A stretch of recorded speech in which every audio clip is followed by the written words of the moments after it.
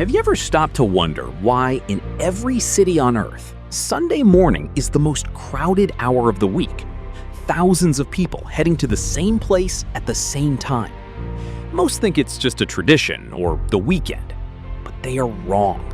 There is a tectonic shift in the spiritual realm that moved the day of worship for the entire world, and it's hidden in a concept called the eighth day.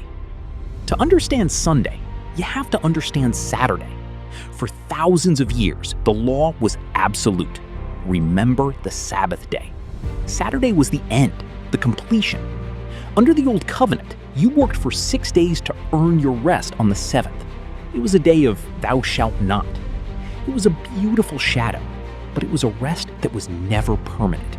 It always required more work the next week. But then, something changed.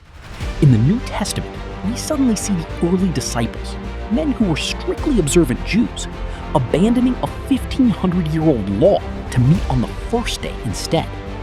Why? Because the resurrection didn't happen on the Sabbath.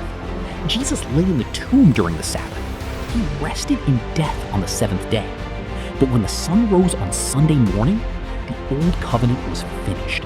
A new creation had begun. This is where it gets mind-blowing. In the Bible, the number 7 represents the completion of the physical world, but the number 8 represents infinity and new beginnings. A week has 7 days.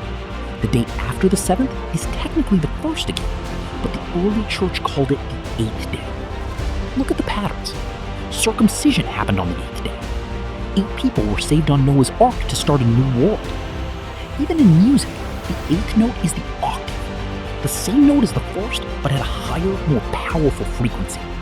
Sunday is that octave. It's the 8th day. By meeting today, we are declaring that we no longer live under the cycle of work then rest. We live in resurrection power.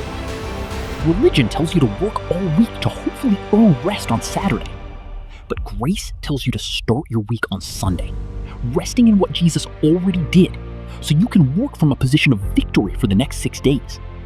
You don't go to church to check a box. You go because you are a first-day person. You are stepping into a spiritual revolution that began 2,000 years ago.